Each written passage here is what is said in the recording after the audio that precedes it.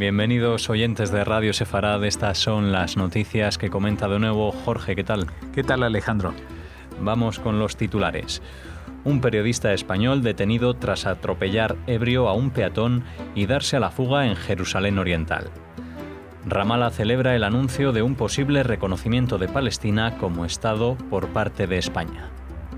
Rusia responsabiliza a Israel del derribo del avión y anuncia que dotará a Siria de sofisticados misiles S-300. Bolton amenaza a Irán con un infierno si causa daños a Estados Unidos, a sus ciudadanos o a sus aliados. Estos son los asuntos de hoy aquí en Radio Sefarad. Volveremos con Raquel después en la agenda cultural.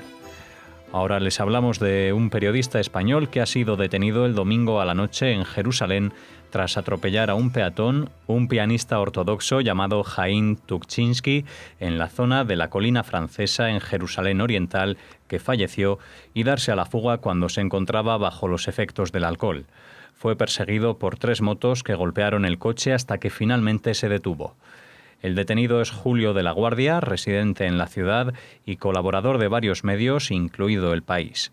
Ha sido puesto en arresto domiciliario en la casa del cónsul de España. Sí, realmente es una noticia asombrosa, pero que como tiene que ver con Israel y España, y no es muy habitual, pues la traemos aquí. No es un hecho de terrorismo, ni es un caso mayor, pero sí que llama la atención porque es un periodista que bien está afincado en Jerusalén hace muchos años, ha colaborado con distintos medios.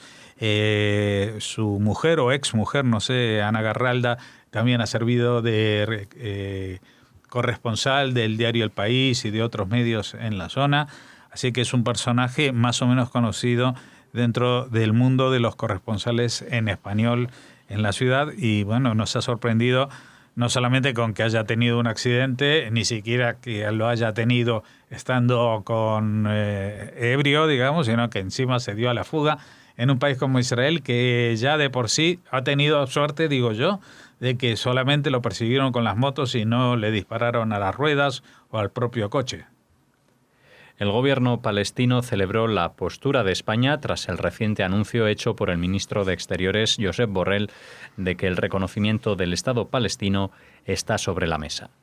El pasado día 18, Borrell indicó que España estudia la posibilidad de reconocer al Estado palestino si no consigue convencer a sus socios de la Unión Europea de alcanzar una posición común, para lo cual habría que establecer un plazo concreto. Caso de no lograrse, cada Estado miembro debería tomar su propia decisión. Sí, digamos que cuando se hizo este anuncio, pues algunos, entre ellos yo mismo, me quedé boquiabierto, porque sabemos que este gobierno de minoría de España pues se basa fundamentalmente en el apoyo de otros partidos políticos como Podemos, y que Podemos iba a presionar para un reconocimiento unilateral de Palestina como Estado soberano, cosa que ni siquiera la Unión Europea ha aceptado, aunque hay algún Estado como Suecia que sí lo ha realizado. La política europea dice de que se va a reconocer a Palestina como Estado una vez se alcance un acuerdo con Israel. Borrell ha tratado de esquivar un poquito el asunto diciendo que está sobre la mesa, no que esté ya a punto de firmarse, y solamente si no consigue convencer a los socios de la Unión Europea, dándoles un plazo y no sé qué. Bueno, a los socios de la Unión Europea no los ha convencido. No sé si les ha dado un plazo, pero ese plazo se cumplirá y no se llevará a cabo este cambio de política exterior porque se lo pida España en nombre del grupo de partidos encabezado por Podemos. Así que lo que sí ha saltado un poquito en el debate público es qué consecuencias podría tener el reconocimiento de Palestina como Estado por parte de España, porque uno dice, bueno, Suecia lo ha hecho, si lo hacen o si no lo hacen tampoco esto va a alterar mucho. Pues tengo noticias, y las noticias, el que mejor las ha comentado en el periódico ABC ha sido Ángel Mas de ACOM, y a partir de ahí han habido varias columnas porque Ángel Mas ha citado la política exterior de Netanyahu diciendo de que, bueno, que es muy plausible que si España se pronuncia unilateralmente por un Estado palestino en contra de lo que habla la Unión Europea y por supuesto en contra de lo que Israel entiende que tendría que ser la negociación con los palestinos, pues Israel se vería en una posición de poder reconocer a Cataluña como un Estado independiente también. Y esto pondría en una situación muy complicada todo. Nos pondría en una situación muy complicada, por ejemplo, a los judíos de España. Pero también pondría en una situación muy complicada al propio país España, porque si ya hay algún Estado del mundo que reconoce a Cataluña como un Estado soberano, es decir, que alguien está apoyando la situación o el resultado del referéndum aquí considerado ilegal como si fuera legal. Es decir, esto traería muchas complicaciones internacionales y quizás Israel fuera el primero de otros países que se verían tentados de reconocer a Cataluña. No es un chantaje, sino de que es una cuestión de poner la política real sobre la mesa. Si España da este paso que no le va a reportar absolutamente ningún beneficio ni económico, ni social, ni político, ni internacional de ningún tipo, solamente desde el punto de vista ideológico de Podemos, al partido al que muchos vinculan con el régimen iraní, entre otras cosas porque su líder, Pablo Iglesias, tiene un programa en la televisión iraní Hispan TV. O sea, no es que alguien se lo inventa este vínculo con el régimen iraní. Es decir, que si Podemos lleva adelante como una de sus primeras medidas estrella el reconocimiento del Estado palestino, pues esto puede terminar en un desastre de diplomacia internacional en el cual España saldría perdiendo mucho más de lo que puede ganar con cualquier tipo de iniciativas como esta. Como represalia por la presunta responsabilidad de Israel en el derribo el pasado 18 de septiembre de un avión de reconocimiento ruso, catástrofe causada por un misil S-200 disparado por la defensa antiaérea siria y en la que perecieron los 15 tripulantes, Moscú decidió dotar al ejército sirio de misiles S-300. El gobierno hebreo llevaba años presionando al Kremlin para evitar que estos cohetes, mucho más modernos y precisos que los S-200, cayeran en manos del régimen de Bashar al-Assad. Netanyahu habló por teléfono con Putin para expresarle su malestar y alertar de que los S-300 contribuirán a crear nuevas amenazas en la región. También el asesor de seguridad nacional estadounidense, John Bolton, pidió a Rusia que se replantee dicho suministro a Siria, ya que propiciaría una escalada significativa por parte de los rusos. Putin insistió en que fueron los pilotos de los aviones de combate israelíes F-16 que atacaban objetivos en Latakia para impedir una supuesta transferencia de nuevos armamentos a Hezbollah, los que, con sus acciones, provocaron la tragedia, al parapetarse detrás del avión ruso y que el sistema antiaéreo lo detectara como enemigo. Sí, bueno, cuando esto tuvo lugar, este derribo del avión ruso, pues ya entonces hicimos un comentario aquí que lo que más se evidenciaba este tema era que las baterías antimisiles que los rusos les habían vendido a los sirios eran defectuosas, eran inservibles y que se les podía hacer confundir y por eso no servían absolutamente para nada. Y el ejemplo fue que cuando dispararon a este avión ruso, pues según los israelíes, los aviones de Israel se encontraban ya a muchos kilómetros de allí. Putin ha dicho que no, que justo se habían parapetado detrás y entonces se hicieron confundir a los sistemas antimisiles. Bueno, si el esconderse detrás de un avión es algo que un radar o un sistema antimisil no detecta, esto es para analfabetos y para gente que no tienen ni idea de cómo funcionan los sistemas antimisiles, como decir, es que se me escondió detrás de un árbol y entonces no lo vi. Las cosas no son así, los sistemas antimisiles no trabajan mirando en línea recta y si alguien los tapa, entonces no lo ven.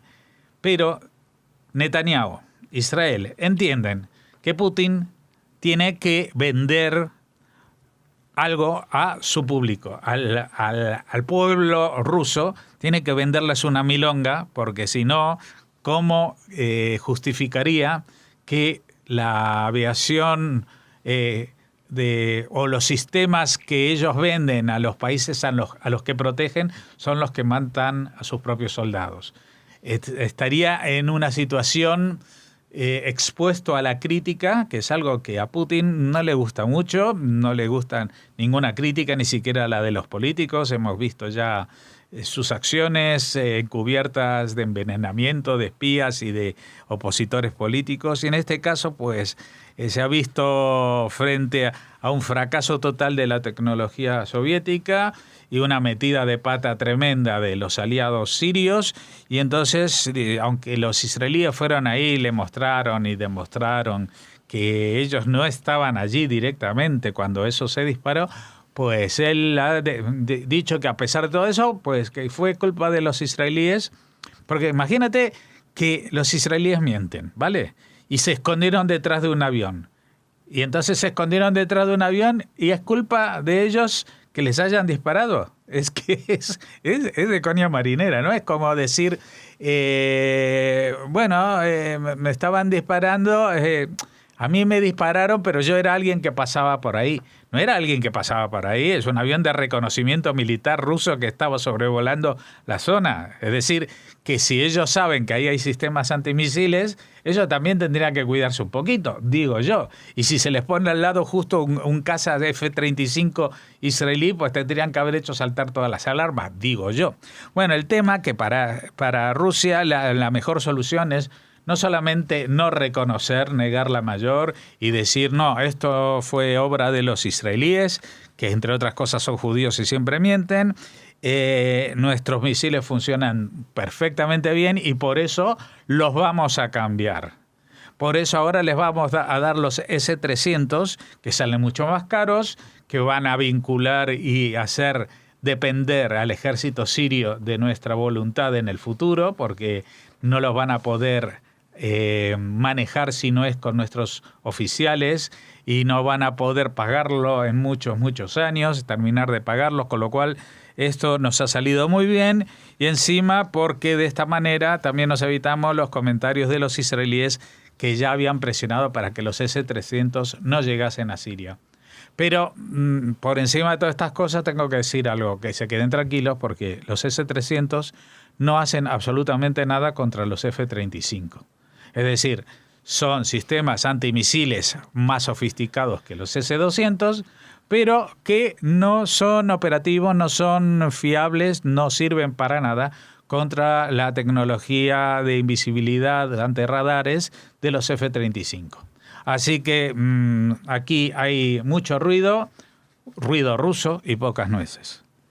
El asesor de Seguridad Nacional de la Casa Blanca, John Bolton, amenazó a Irán en la cumbre anual del Grupo de Presión Unidos contra un Irán nuclear con un infierno si causa daños a Estados Unidos, a sus ciudadanos o a sus aliados.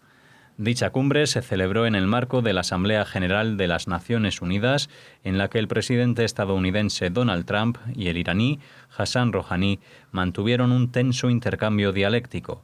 Mientras Trump pidió al mundo aislar a Irán, Rouhani dijo que el líder estadounidense busca que todas las instituciones internacionales sean ineficaces. Estas advertencias llegan tras las amenazas contra Arabia Saudita y Emiratos Árabes Unidos tras el atentado terrorista de la semana pasada en el sur de Irán, reivindicado por grupos radicales suníes.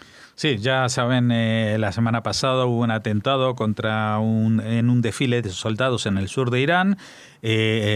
Pues Irán, antes de averiguar nada y a pesar de que se declararon autores un grupo que ya existía y que no fue creado ad hoc, un grupo de de radicales suníes que operan en la zona, pues dice, como siempre, que esto estaba organizado por el Mossad de Estados Unidos y también Arabia Saudita y Emiratos Árabes Unidos y todos los que no sean amiguitos míos. O sea, entonces, bueno, mientras estas cosas se decían en la Asamblea General, que estuvo muy animada también por el discurso de Donald Trump, que causó la risa del Pleno cuando dijo de que ha sido la mejor administración de toda la historia de Estados Unidos. Su asesor de seguridad nacional utilizó una palabra muy típica de un tuit del presidente, ¿no? Es decir, que si se meten con sus amigos, esta vez con los amigos de Estados Unidos, pues van a sufrir un infierno. Esta es una dialéctica a que me recuerda mucho, no me voy a alejar mucho en la historia, hace 6, 7 meses atrás, cuando estaba contra el presidente o como se llame de Corea del Norte, Kim Il-sung, que le decía que la madre de todas las guerras, que tenía el botón más grande, etcétera, etcétera. Bueno, el mismo tipo de diálogo. Bueno, y Corea del Norte ahora son súper amiguitos con los de Corea del Sur, se van a desarmar, ha funcionado. Con los iraníes parece que la cosa no funciona tan fácil, entre otras inconvenientes, porque hay una diferencia.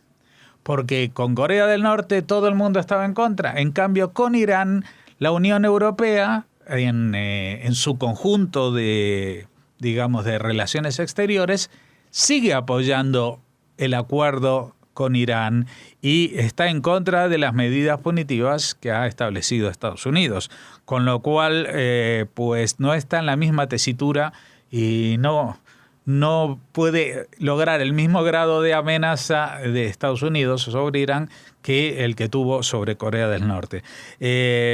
Ahora, yo también quisiera destacar de este intercambio de palabras. Por cierto, creo que mañana ya tendremos también algo de lo que hablar aquí, porque interviene Netanyahu un día de estos, ya viajó a la Asamblea General y siempre se monta un buen show o callándose 45 segundos o presentando el dibujo de una bomba a punto de estallar. Algo habrá pensado para esta vez también, pero a mí lo que me parece que es la esencia tragicómica de estas declaraciones es cuando Rouhani dice que Estados Unidos o Trump busca que todas las instituciones internacionales sean ineficaces. No dice que son ineficaces. O sea, estamos hablando de que UNESCO dice de que todos los lugares santos judíos o donde viven los judíos no tienen nada que ver con los judíos. Eso no es ineficacia. Eso es problema. Ahora que se ha ido a Estados Unidos, entonces sí van a ser ineficaces. Lo mismo que va a ser ineficaz el Consejo General de Derechos Humanos de Ginebra, no porque hasta ahora todas sus reuniones empezaran por condenas a Israel y no se ocuparan ni de los regímenes totalitarios, ni las masacres, ni los genocidios, sino porque ahora Estados Unidos está en contra. Es decir, según Rouhani, el problema es que si se va, que Estados Unidos es el que provoca estos efectos de ineficacia, pero es muy raro el orden de la causalidad, es decir, que logra el efecto antes de establecer la causa. Es decir, antes de irse a Estados Unidos, ya logra que sean ineficaces. Hasta ese punto son malignos los americanos y tal es su grado de conspiración en conjunción con los sionistas que logran que las cosas vayan mal incluso antes de proponerse que así sea. Cerramos aquí esta primera parte de las noticias de hoy en Radio Sefarad y volvemos ahora tras una pausa con la agenda cultural.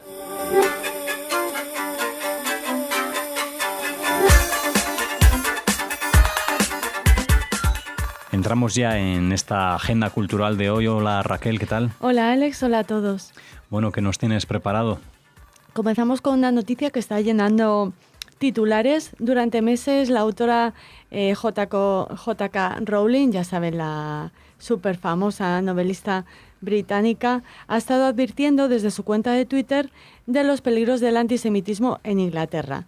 Desde sus redes sociales se enfrenta a quienes minimizan el fenómeno o dicen que sus defensores confunden la crítica de Israel con el odio judío.